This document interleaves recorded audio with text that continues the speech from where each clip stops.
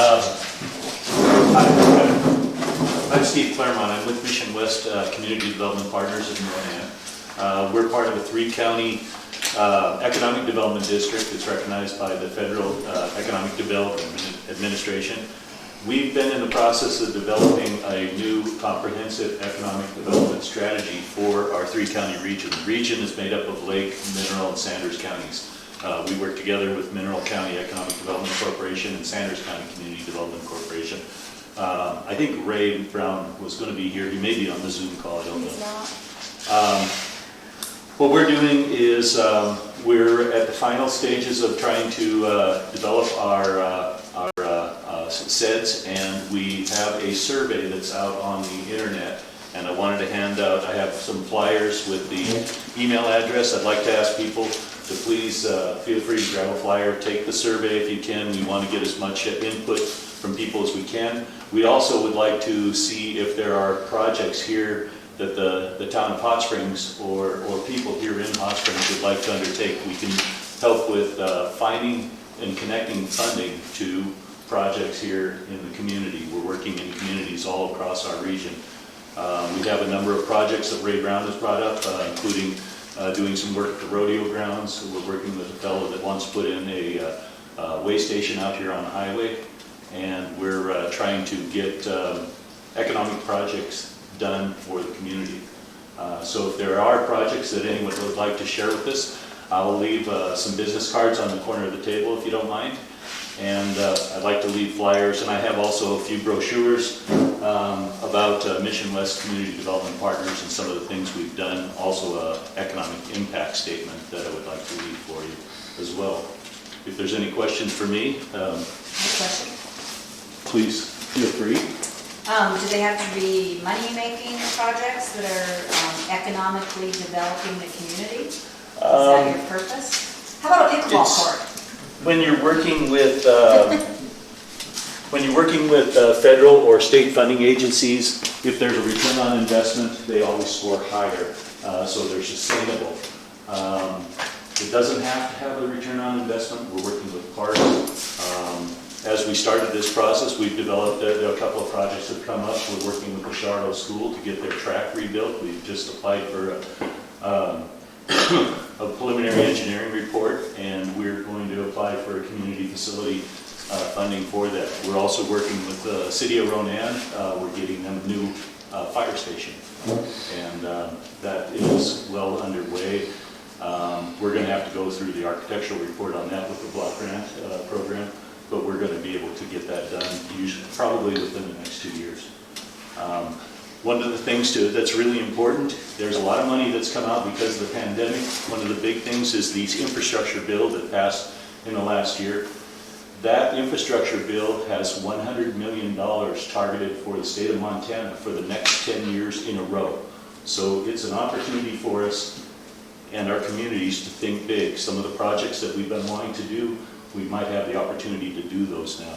And so it's important that we try and get those projects, those needs identified, get them on the SEDS list. We have a very large list that we've been developing, and having a project identified on the SEDS, shortlisted for funding, and it scores additional points both with the federal government and with the state government. So, as part of this, the only thing I'd like to ask the city is if you would please share maybe a scan of our brochure there, or not the brochure, but the single page flyer, so that with your social media sites, so that we can maybe have members of the community respond through the survey. The survey has opportunities for you to not only identify projects, but help us prioritize the projects that we've already identified, and also identify your strengths, weaknesses, opportunities, and threats for the region. So please engage with us if you can. I forgot to leave my business cards up there, but I'll leave a stack of those. Please feel free to give me a call if you want help with anything. Even the library project, I was thinking if you got capital things that you want to accomplish, perhaps we can look with you to find some funding, some grant funding. Yeah, that's because you were smoking up earlier. Yeah. Well, it's Australian. Before you try and figure out where I'm from, it's Australian. I usually say Bitterroot Valley. So Steve was talking about a website that Mission West now manages, and that's where you'll find his survey. It's called engagemissionwest.com, and it's a community engagement platform. So when Steve's saying propose your projects, when you go to that website, you'll see 3 projects up. One is for SEDS, one is for office or business resources, and one is for remote worker skills. Does anyone know what remote worker skills are? Remote work. Do you know anybody in the town that works as an employed remote worker? All right, so Peggy, I'm going to talk to you. The reason I bring this up is I've had conversations with Ray.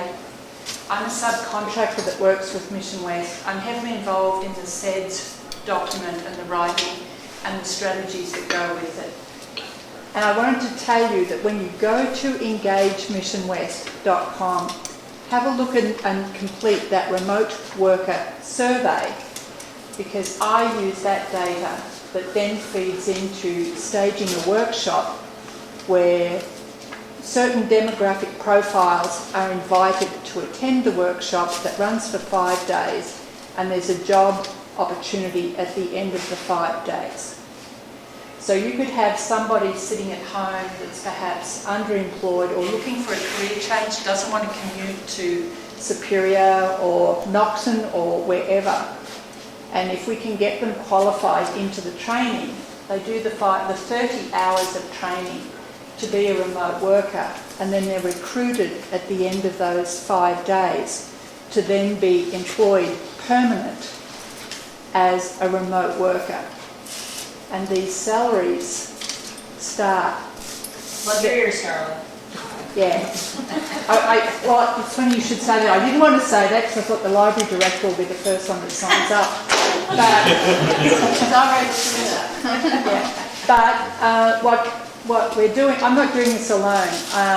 I have a part in it, but we're working with Montana Business Assistance Centre in Helena, the State Workforce Innovation Board, SWIB, Department of Labour and Industry. We've already run one workshop in Helena from the 6th to the 10th of June. We had 14 staff, we had 12 apply for jobs, multiple recruiters, and I'll find out next week. We think we've got 6 that are already employed, earning a bit more than the library director at the moment.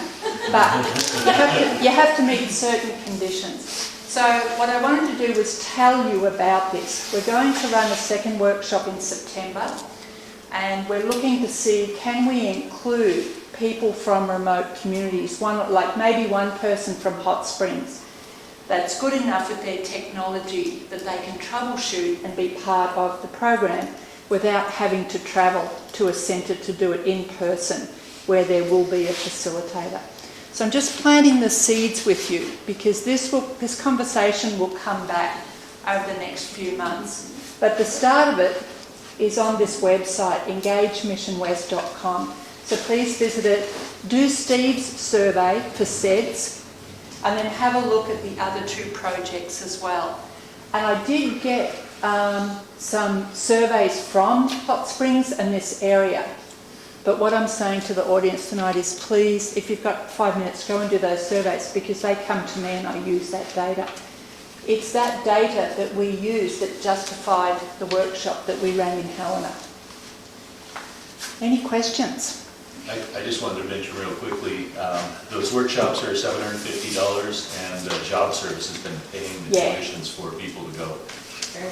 So this, and when I say the candidate qualifies, we qualify them if they can get funding. So it's Job Service, Career Technical Institute, Veteran Affairs, and I call it Head Start, but I know it's got another name, but it's parents involved in that. We are developing other options of the workshop. At the moment it's entry level, someone that's got simple computer skills like an email, they're comfortable on a laptop, not a phone, we don't do anything on the phone. And then we're looking at what we call subsidies for wraparound services.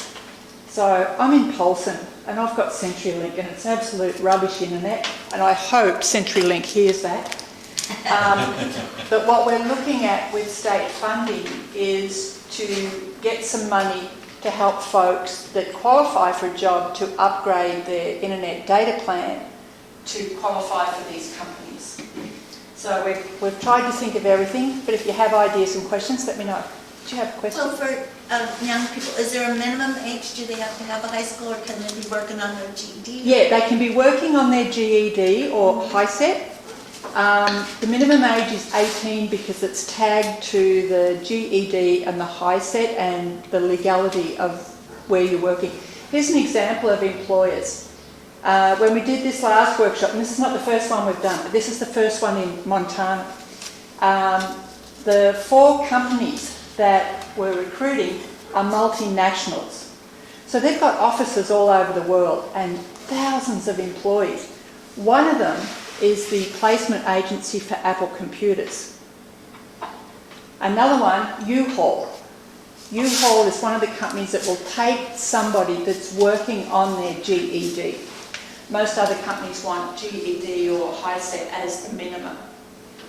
And then it comes down to, do you have a laptop? Because not all companies provide equipment, but what they want to know about is your internet service, upload speeds, download speeds. And what we want to know is, do you have a space where, when you're at home, that you can close the door? It's a real job. It's not part-time data entry from the couch at all. It's real work.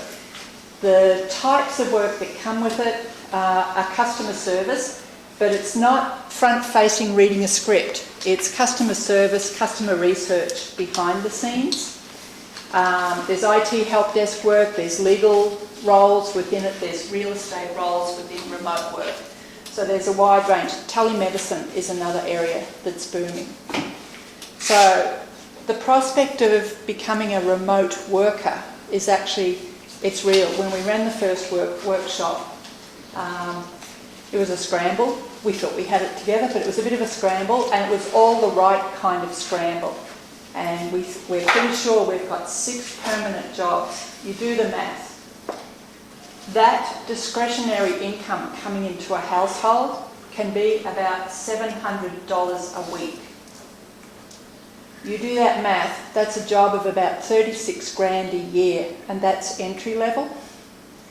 And then within 2 years, you can be up in a supervisor's role around 48 to 50,000 a year. Those are the facts we're working from.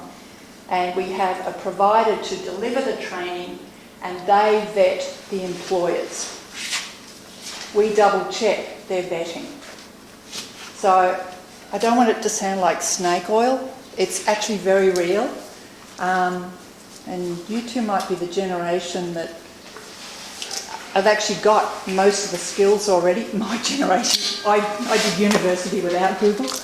I was born before Google. I got shoes that are older than Google. So the prospect of actually having remote work or access to remote work employment in rural areas, that's our focus, that's our mission.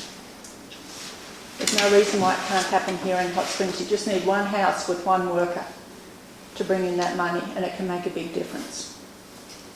And we probably might look at running a workshop in the region. We're not sure where. I wouldn't want to promise it, but we've talked to Ray about doing this in Thompson Falls with job service funding, Career Technical Institute support, and those agencies behind it. So any questions? You can find me through Steve. But I'm not Mission West. I work with Mission West. I have my own company called Trepidemics, and we do workforce development. Okay, no questions. Thank you. Wonderful. Sounds good. Oh, sounds good, doesn't it? I want to.